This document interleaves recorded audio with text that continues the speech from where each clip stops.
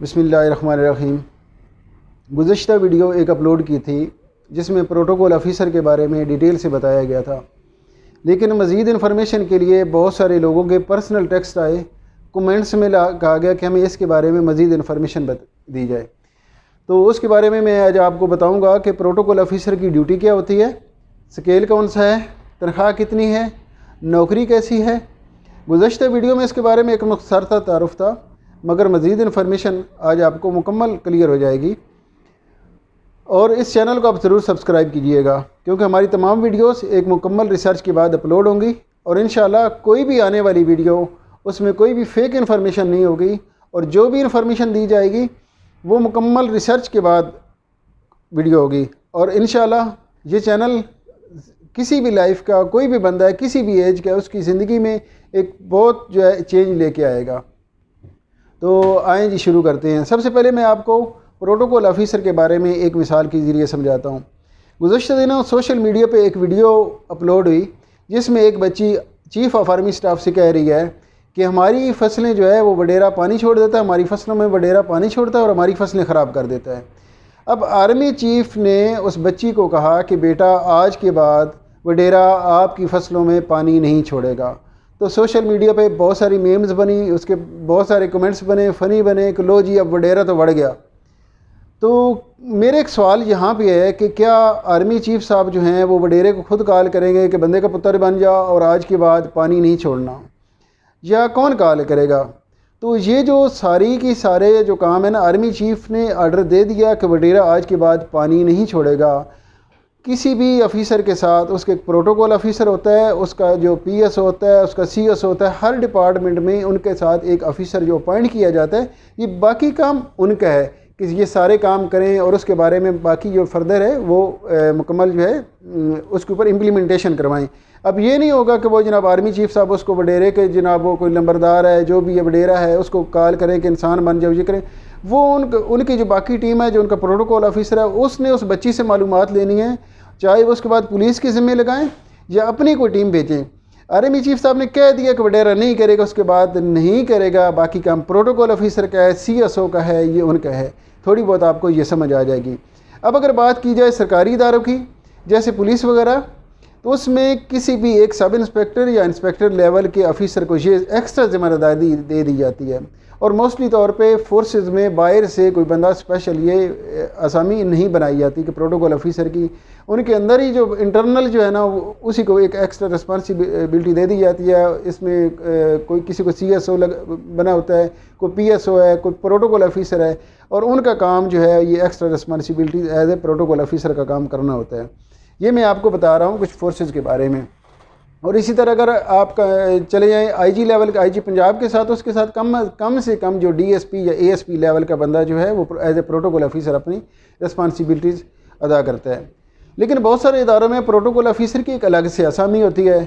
जैसे high court है, chief justice high court के साथ प्रोटोकॉल ऑफ़िसर होते हैं, और कोर्ट्स में अलग से ये असामियाँ आती रहती हैं, और उनकी पे और अलाउंसेस बाकी अदर डिपार्टमेंट से बहुत ज़्यादा हाई होते हैं। और जो पे है, अलाउंसेज हैं, ये कोर्ट्स के बहुत ज़्यादा होते हैं, और सबसे ज़्यादा पोस्टें भी मोस्टली उनकी ये कोर्ट्स की और इनकी आती हैं एज ए प्रोटोकॉल ऑफ़िसर की।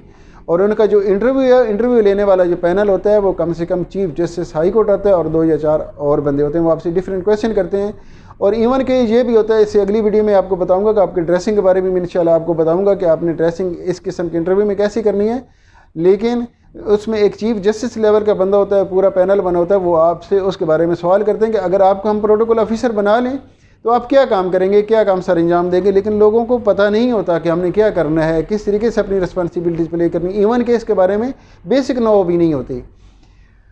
तो इसी तरह जो प्रोटोकॉल ऑफ़िसर बाकी डिपार्टमेंट में उसका जो एक मेन लेवल होता है कि वो ये है कि अपने ऑफ़िसर को अपने कम से कम जो उसका नेक्स्ट कमिंग जो वीक है, कम से कम कमिंग वीक का पूरा शेड्यूल उसका प्लान्ड होता है, और मीटिंग्स का तमाम अरेंजमेंट करना ये भी प्रोटोकॉल ऑफ़िसर की रिस्पॉन्सिबिलिटी होती है। और अगर कोई मीटिंग मिस हो रही है या किसी कोई अचानक से अर्जेंट मीटिंग आ गई है तो उसके बारे में प्रोटोकॉल ऑफ़िसर अपने सीनियर बॉस को ये बताएगा कि ये मीटिंग मोस्ट अर्जेंट है, और उसमें से जो कॉमन मीटिंग्स होती हैं उनको स्किप कर दिया जाता है।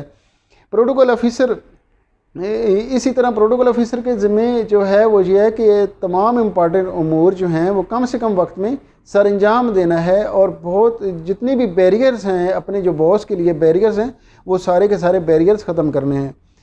और प्रोटोकॉल ऑफिसर में जो एक सबसे पहली जो खूबी होनी है वो ये खूबी होना बहुत ज़रूरी है, उसके अंदर स्ट्रेटजिक प्लानिंग का होना बहुत ज़्यादा ज़रूरी है। इसकी एक एग्जांपल मैं दूंगा, आपको कुछ समझ आ जाएगा कि अगर खुदा न खास्ता कोई हादसा हो जाता है, किसी वीवीआईपी के साथ कुछ ऐसा इंसिडेंट हो जाता है या किसी मुल्क में कोई हादसा हो जाता है, तो अब मुल्क का जो सदर या वज़ीर आज़म है या कुछ मिनिस्टर्स होते हैं या कुछ वीवीआईपी लोग होते हैं, वो उस हॉस्पिटल में उन पेशेंट के लिए आना चाहते हैं। अब प्रॉब्लम क्या आ जाती है कि जैसे ही मीडिया वालों को पता चलता है तो मीडिया वाले क्या करते हैं, अपनी तमाम गाड़ियाँ लेके उस हॉस्पिटल के मेन गेट पे पहुंच जाते हैं।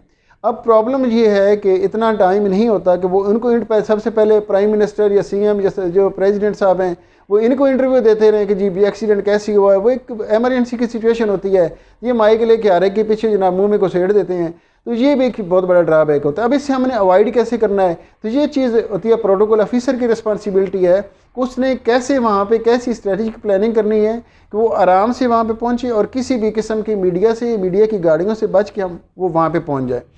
तो उसमें क्या करते हैं, उसमें जब मीडिया को इंटरव्यू होते हैं तो बहुत सारे इश्यूज़ भी होते हैं, तो टाइम भी इतना नहीं होता कि उनके सवालों के जवाब दिए जाए। तो अब मीडिया को चकमा दे दिया जाता है और अमूमन फौरी तौर पे मुतलका जो ऑफिसर होते हैं, जो सिक्योरिटी ऑफिसर्स होते हैं, उनके एक प्राइवेट मैसेज पास कर दिया जाता है कि इसका ये कि जो वीवीआईपी ज़ाहिर है एक प्राइम मिनिस्टर है, प्रेसिडेंट है, उनके साथ एक पूरा स्क्वाड चलता है, वीवीआईपी गाड़ियाँ चलती हैं, एक रूट लगता है। तो अब करके दिया जाता है जो जितनी भी एक्स्ट्रा गाड़ियाँ हैं, जितना भी वीवीआईपी रूट है, उसको टोटली तौर पर ख़त्म करके मूवमेंट को प्राइवेट कर दिया जाता है। कि इवन कि ये बता दिया जाता है कि प्रोग्राम पेंडिंग हो गया है, या एक फ़ेक जो डेलीगेशन है, जो फेक वो रूट है, वो वहाँ पे मेन गेट पे पहुँचता है और उनको बताते हैं कि नहीं भाई जो है ना वो आ रहे हैं दूसरे, ये पहले कोई और ऑफिसर आए, किसी और ऑफिसर को उसमें भेज दिया जाता है। और जो मेन जो वीवीआईपीज़ होते हैं उनको किसी बैक गेट से वहाँ पे अंदर भेज दिया जाता है। और जब मीडिया को पता चलता है तो उस वक्त मीडिया को इस सूरत में मीडिया तो मेन गेट पे खड़ा होता है और किसी बैक गेट से जब ये पहुंच जाते हैं और मीडिया तक बात तब पहुंचती है जब ये सदर या वज़ीर आज़म वहाँ से विज़िट करके वापस भी चले जाते हैं। ये तमाम काम प्रोटोकॉल ऑफिसर के हैं कि फौरी तौर पर हालात के मुताबिक प्लानिंग करे और मुतलका ऑफिसर को उसके मुताबिक मैसेज कन्वे करे। इस तरह के प्रोटोकॉल ऑफिसर में कम्युनिकेशन स्किल होना बहुत ज़रूरी है। कम्युनिकेशन स्किल अगर नहीं है आप में तो आप कहीं और अप्लाई करें, इसमें बहुत ज़्यादा आपका ये मैटर करती है। कम्युनिकेशन स्किल बहुत ज़्यादा स्ट्रांग होनी चाहिए। इसी तरह यूनिवर्सिटीज़ में मुख्तलिफ़ किस्म के फंक्शन होते हैं, उसमें भी जिस तरह किसी न किसी वीवीआईपी को इनवाइट किया जाता है। अब ये नहीं होगा कि अगर आपने किसी भी यूनिवर्सिटी में किसी वीवीआईपी को इनवाइट किया है कि अगर आप सदर या प्राइम मिनिस्टर जैसे कॉन्वोकेशन होते हैं और कोई वीवीआईपी आपने इनवाइट किया हुआ है, तो अब ये नहीं होगा कि वो गेट पे आएगा और गेट पे अपना इंट्रोडक्शन करवाता जाएगा या एंट्री करवाएगा तो फिर उसके बाद वो वहाँ पे पहुँचेगा। ऐसा नहीं होगा। बाकायदा जो प्रोटोकॉल ऑफिसर यूनिवर्सिटी की तरफ से अपॉइंट किया जाता है वो उनके साथ कोऑर्डिनेशन रखेगा कि वो कहाँ पे पहुँचे हैं, किस टाइम पहुँचेंगे, और अरेंजमेंट्स जो हो रहे हैं अगर उसमें कुछ डिले होता है तो उसको बताएगा कि आप इतना देर, ये हमारा जो प्रोग्राम है थोड़ा डिले हो गया, आप इतना लेट पहुँचें। आगे आए जी, अगर जो वीवीआईपी है जिसके साथ प्रोटोकॉल ऑफिसर आप तैनात किए गए हैं, मेन पर्पज़ ये होता है कि आपने बैरियर्स कम से कम करने हैं। फॉर एग्जांपल आपका जो वीवीआईपी है उसने आउट ऑफ कंट्री जाना है, अब ये नहीं होगा कि वो 3 घंटे पहले वहाँ पे पहुँचे। ये सिचुएशन होती है अकॉर्डिंग टू द सिचुएशन आप किसके साथ प्रोटोकॉल ऑफिसर हैं और क्या आपकी रिस्पॉन्सिबिलिटी क्या है। यूनिवर्सिटी के जो प्रोटोकॉल ऑफिसर होते हैं उनके एक अपना रोल होता है, जो फोर्सेस के इदारे होते हैं उनमें प्रोटोकॉल ऑफिसर का अपना रोल होता है, जो सिविल डिपार्टमेंट से उनका अपना रोल होता है। लेकिन जो ज़्यादातर जो किए जाते हैं ये प्रोटोकॉल ऑफिसर की जो असामियाँ होती हैं इसमें एक पूरी टीम होती है। ये नहीं होता कि सारे का सारा काम सिर्फ प्रोटोकॉल ऑफिसर ने ही करना है। प्रोटोकॉल सीनियर प्रोटोकॉल ऑफिसर होगा, जूनियर प्रोटोकॉल ऑफिसर होगा, उसके असिस्टेंट होंगे, पूरी टीम वर्क होगा। और इसी तरह अगर बताता हूँ कि अगर फॉर एग्जांपल मैं बताता हूँ कि अगर क्रिकेट टीम है उसने बाहर जाना है, आउट ऑफ कंट्री जाना है, अब क्या क्रिकेट टीम वहाँ पे 3 घंटे पहले पहुँचेगी, अपनी वो सारा का सारा वो क्लियर करवाएगी, 2 घंटे 3 घंटे पहले पहुँच के वो काम नहीं होगा। उसको बाकायदा वीवीआईपी प्रोटोकॉल ऑफिसर उनके साथ भी अपॉइंट किया जाता है। एक प्रोटोकॉल ऑफिसर नहीं होता, एक बाकायदा पूरी टीम होती है, वो वहाँ पे पहुँचते हैं, हर चीज़ क्लियरेंस होती है। और इवन के वहाँ पे जो एयरपोर्ट में वीवीआईपी उनको गेट प्रोवाइड किए जाते हैं, वीवीआईपी गेट से डायरेक्ट उनका सामान वहाँ पे पहुँच जाता है और वो जब पहुंचती है किट कैट team, according to the situation वो डायरेक्ट एरोप्लेन में सवार होते हैं। इसी तरह किसी भी डिपार्टमेंट में, तमाम डिपार्टमेंट्स में एक प्रोटोकॉल ऑफिसर होता है और आपका उनके साथ डायरेक्ट कंटेक्ट होता है। अगर कोई भी चीज़, अगर आप जिस लेवल पे होंगे, आपकी एक मेल एक फैक्स की इतनी ज़्यादा इंपॉर्टेंस होगी कि वही मेल वो फैक्स फौरी तौर पे आपको उसका मैसेज कन्वे कर देगी। अब ये नहीं होगा कि आपने मैसेज दे दिया तो उस मैसेज पे इम्प्लीमेंटेशन नहीं होगा। ये प्रोटोकॉल ऑफिसर की रिस्पॉन्सिबिलिटी है कि किस चीज़ पे कैसे अमल दरामद कराना है। तो बाकी बहुत सारे जो मैसेज लोग मुझे पर्सनल में कर रहे थे, उनके लिए ये मैसेज है कि आप इस बारे में परेशान बिल्कुल ना हो कि हमने पे क्या होगी, अलाउंसेस क्या होंगे। आप जो बेसिक इनिशियल टेस्ट होते हैं आप वो क्लियर करें, तैयारी करें, अल्लाह ताला पे भरोसा करें, आपको कोई प्रॉब्लम नहीं आएगी। जब आप जाएंगे आपको इनिशियल कोर्स ज़रूर करवाया जाएगा, इसके बारे में वक्त के साथ साथ आप ज़रूर सीख जाएंगे। और माँ के पेट से कोई भी सीख के नहीं आता, कॉन्फिडेंट रहें। बाकी यूट्यूब पे और भी बहुत सारी वीडियोज़ हैं, लेकिन प्रोटोकॉल ऑफिसर का यही काम है कि आपने बैरियर्स कम करने हैं। जैसे एक शादी में भी अगर आपने VVIP शादी के फंक्शन, वहाँ पे भी एक आपने VVIP बुलाया होता है, वहाँ पे भी आप ये समझ लें, अब वहाँ पे भी एज ए प्रोटोकॉल ऑफिसर जो उसके पेरेंट्स होते हैं, जो मेन गेस्ट होते हैं, वो वहाँ पे भी आप एज ए प्रोटोकॉल ऑफिसर का ही काम कर रहे होते हैं कि किसको कहाँ पे बुलाना है, किसको किस पे बिठाना है, मैनेज कैसे करना है। ये सारे वही काम उसके रेलिवेंट हैं। तो आप इसमें बड़े क्लियर समझ गए होंगे। तो मज़ीद अगर कोई ऐसा टॉपिक हो, कोई ऐसी वीडियोज़ हो, कोई ऐसा आपको लाइफ में प्रॉब्लम हो जिसके बारे में आप ये समझ रहे हो कि वो वीडियो आपको नहीं मिल रही या नॉलेज नहीं मिल रहा, तो इंशाल्लाह आपको प्रॉपर रिसर्च के बाद यहाँ पे वीडियो अपलोड की जाएगी। कमेंट्स में ज़रूर बताइएगा।